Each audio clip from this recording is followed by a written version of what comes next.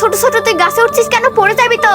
আপু আপু দেখো, আমাদের বিড়ালটাকে একটা বিড়াল তারা দিয়ে গাছের মাথায় তুলে দিয়েছে, আর নামতে পারছে না। আপু ওকে আমাদের বাঁচাতে হবে, তার জন্য গাছে উঠছি।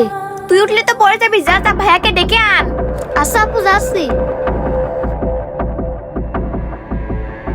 ভাইয়া ভাইয়া তাড়াতাড়ি আসো, আমাদের বিড়ালটাকে বাঁচাতে হবে। ভাইয়া ভাইয়া ওই দেখো, তাড়াতাড়ি ওঠো ভাইয়া, না হলে পড়ে যাবে। উঠুক ভাইয়া, সাবধানে ওঠো।